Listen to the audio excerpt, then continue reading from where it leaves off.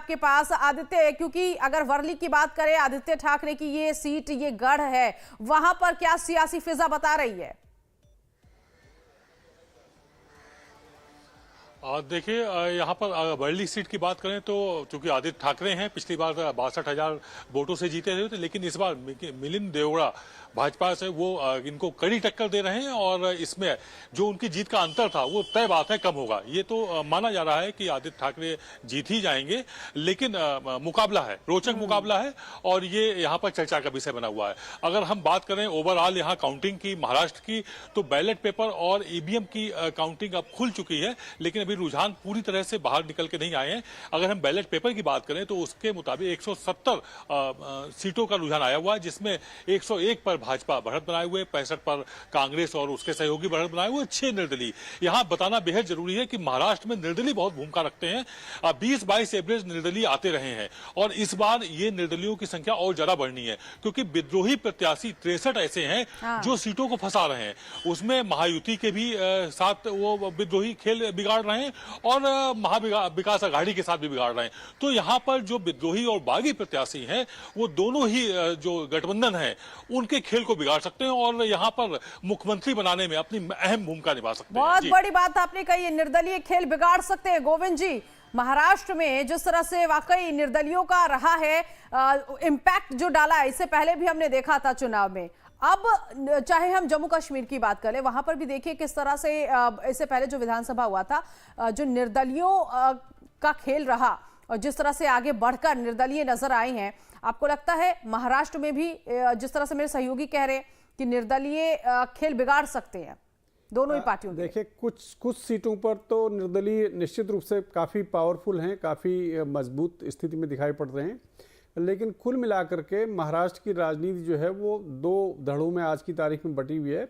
हालांकि उनके अंदर जो है कंट्राडिक्शन बहुत ज़्यादा हैं, तो मुझे लगता नहीं कि बहुत ज़्यादा असर पड़ेगा इसका।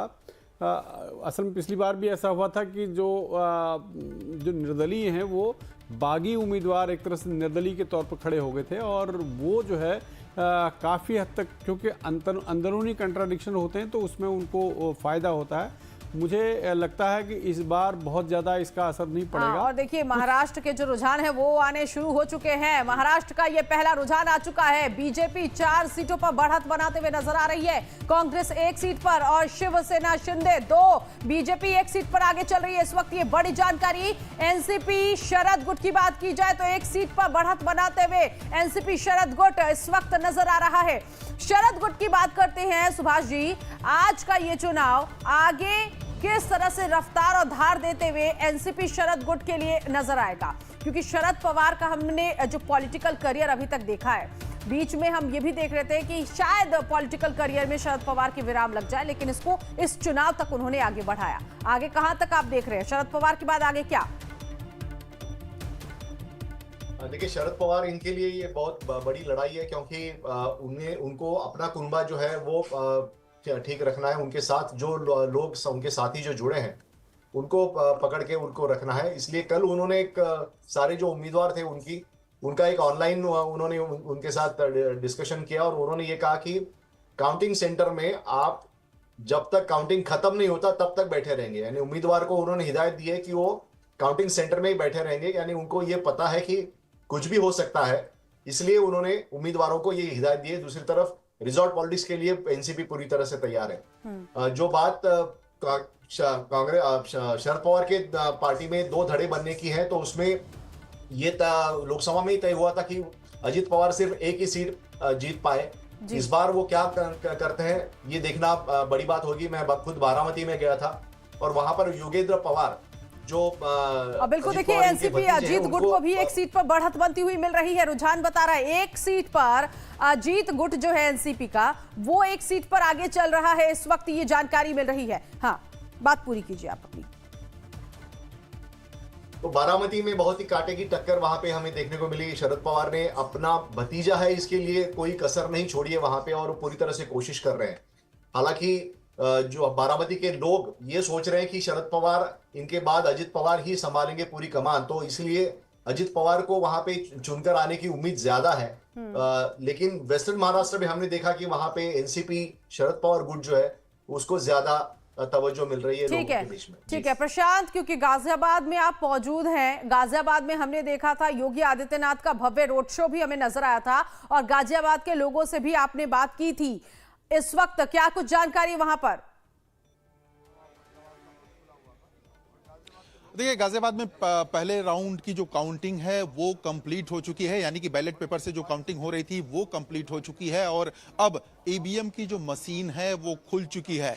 यानी कि थोड़ी देर बाद ही गाजियाबाद में कौन आगे है, कौन पार्टी का कैंडिडेट आगे है वो क्लियर हो जाएगा और जाहिर तौर पे उसका इंतजार है और उसी का इंतजार बाकी के जो मीडिया कर्मी हैं वो भी कर रहे हैं। और इस बीच हम अगर आपको 24 राउंड 360 डिग्री में घुमाएंगे तो आप देखेंगे कि पुलिस की जो सुरक्षा व्यवस्था है वो काफ़ी चाक चौबंद कर ली गई है और समझ सकते हैं आप कि गाजियाबाद चूंकि काफ़ी हार्ड सीट मानी जाती है और हार्ड सीट के वजह से ही सबकी जो निगाहें हैं वो इस पे टिकी हुई हैं और हम जो बीजेपी के कैंडिडेट हैं वो उनसे बातचीत करेंगे। और शर्मा जी, आप यहाँ पे कैंडिडेट हैं, अभी जो धड़कनें हैं वो तो बड़ी होंगी आपकी?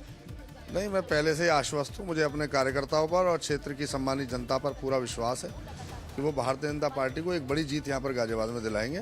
पहला राउंड खुला है और पहला राउंड खुलने के बाद लग रहा है कि हमें 75% से 80% तक वोट पहले राउंड में मिला है। लेकिन जो वोटिंग का परसेंटेज कम गया है इस बार, तो लगता नहीं है कि आपके लिए कहीं नुकसान न कर दे? हमारी वोट तो सब डल गई, भाजपा के लोगों ने ही निकाल कर वोट डाली है। आप इसका अभी परिणाम देखिए। लेकिन सपा, बसपा और जो अन्य पार्टियां थी वो लोग अपने वोटर को नहीं ले पाए। लेकिन जिस तरह से गठबंधन ने जाटो समुदाय के एक कैंडिडेट को दिया, तो वो लगता नहीं है कि चूंकि वोटिंग में उनकी संख्या ज्यादा है वो ठीक है प्रशांत, बात करिएगा आप। मैं आती हूँ आपके पास। रुद्र प्रताप जी, गाजियाबाद की सीट हमने इससे पहले भी लोगों को सुना और जो कामकाज हुआ है गाजियाबाद का, काफी लोग आश्वस्त नजर आए और इस बार तो लगभग। मैं आती हूँ अमित आपके पास, आती हूँ। ठीक है अमित, बोलिए। देखिए, जो बड़ी जानकारी मिल रही है कि जो पहला रुझान झारखंड से, यहाँ पे 4 बीजेपी 4 सीटों पर आगे चल रही है। पोस्टल बैलेट के रुझान है। 4 सीटों पर बीजेपी आगे चल रही है, जबकि 2 सीटों पर जेएमएम के उम्मीदवार बीजेपी से आगे चल रहे हैं, यानी कि एनडीए से आगे चल रहे हैं। सबसे महत्वपूर्ण जानकारी, जो सबसे पहले जानकारी है, पूर्व मुख्यमंत्री चंपई सोरेन आगे चल रही है बीजेपी से। कोल्हान सीट से वो आगे चल रहे हैं। कोल्हान सीट से चंपई सोरेन आगे चल रहे हैं। बड़ी जानकारी अमित आप बता रहे हैं। झारखंड का रिएक्शन लेंगे, लेकिन सवाल मेरा यहाँ पर रह गया था गाजियाबाद सीट को लेकर। रुद्र प्रताप जी, गाजियाबाद में हमने लोगों को सुना, आश्वस्त नजर आए थे। गाजियाबाद में काफी कामकाज को लेकर, कुछ और भी काम को लेकर उम्मीदें जता रहे थे, लेकिन हमने देखा कि लगभग एक बड़ा तबका जो है वो बीजेपी की तरफ जा रहा था।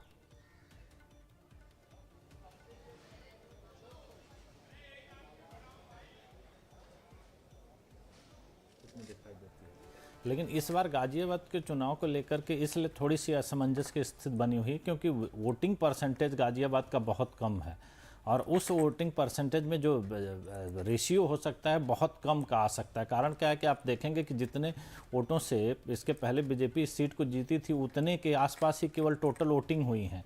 तो ये थोड़ा सा चौंकाने वाला मामला है। कारण क्या है कि इस जगह पर गाजियाबाद के सांसद से लेके मेयर से लेके विधायक से लेके सब लोग हैं, लेकिन लोगों को बाहर निकालने में वो क्यों असफल रहे, ये एक बात सोचने वाली बात होगी। क्योंकि अगर ये मार्जिन, क्योंकि जनरली आपने देखा होगा कि जब अपोजिशन की पार्टियां होती हैं वो अपने वोटर को बाहर लाने में काफ़ी सफल होती है। जो लोकसभा चुनाव में भी बीजेपी के साथ हुआ था कि बीजेपी के वोटर इस बात को लेकर के अस्वस्थ हो गए थे कि हमारी तो सीटें आ रही हैं। उत्तर प्रदेश के बारे में ये कहा जा रहा था कि बीजेपी बड़े आराम से जी बड़ी जानकारी इस वक्त की। वायनाड लोकसभा उपचुनाव की काउंटिंग चल रही है। शुरुआती रुझानों में प्रियंका गांधी को बढ़त मिलती हुई दिखाई दे रही है। ये बड़ी खबर इस वक्त की।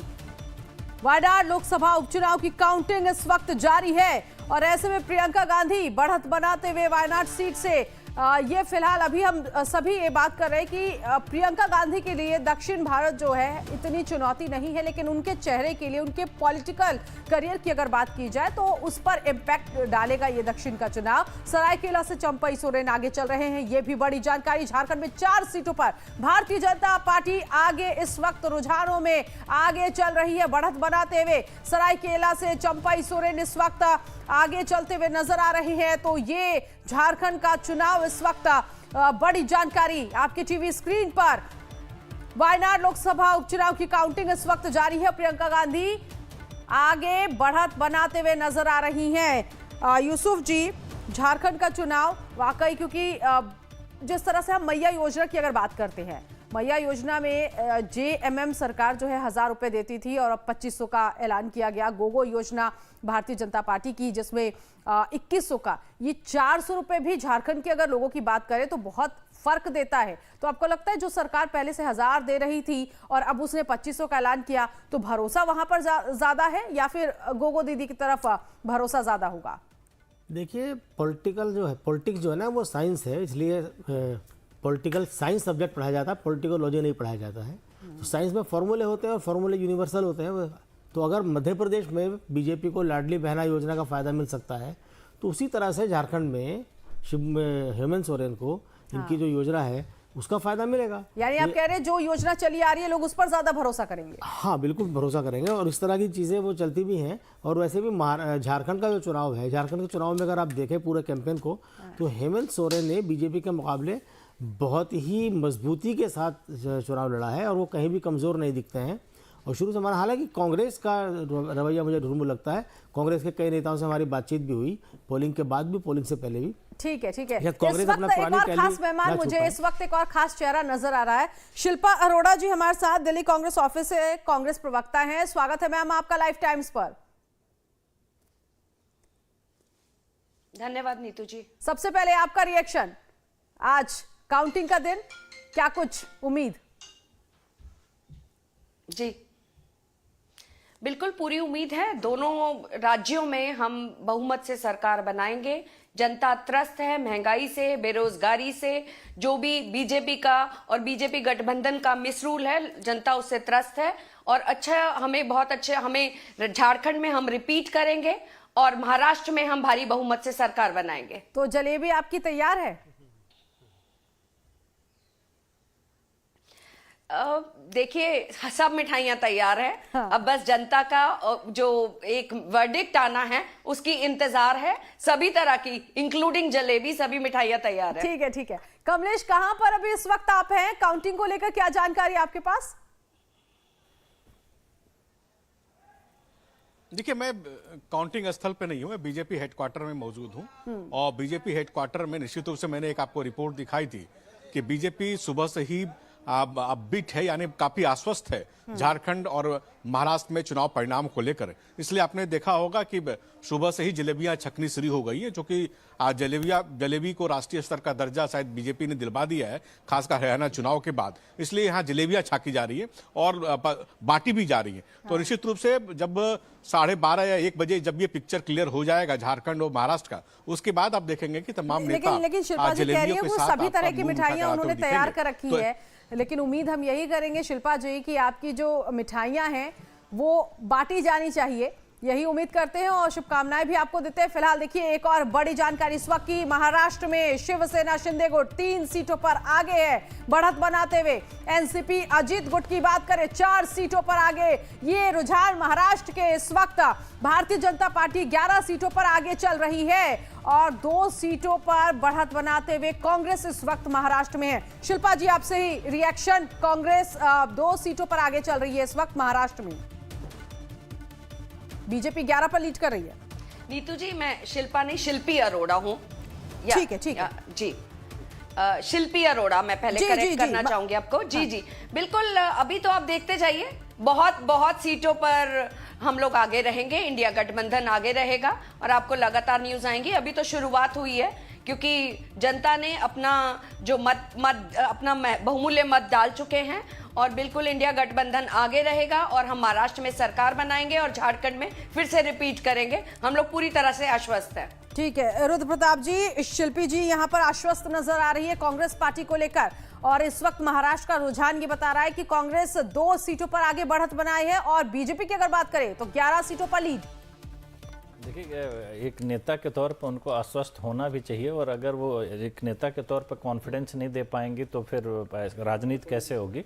लेकिन अभी ये थोड़े देर में ही क्लियर हो जाएगा कि जलेबियां किसकी तरफ से बटेंगी। हाँ, लेकिन जलेबियां बटेंगी, दुकान वालों को कोई नुकसान नहीं होने वाला है, क्योंकि वो भी समझ रहे हैं कि चाहे आप बांटें या वो बांटें, बटेगी तो जरूर। तो ये चीज़ें हैं। और चुनाव में देखिए हर नेता का यही काम होता है कि वो अपना मनोबल अंतिम समय तक वो बना के रखता है और अपनी बातों को रखता है, और जब तक चुनाव परिणाम नहीं आए जाते हैं उनको हार मानने की ज़रूरत क्या है।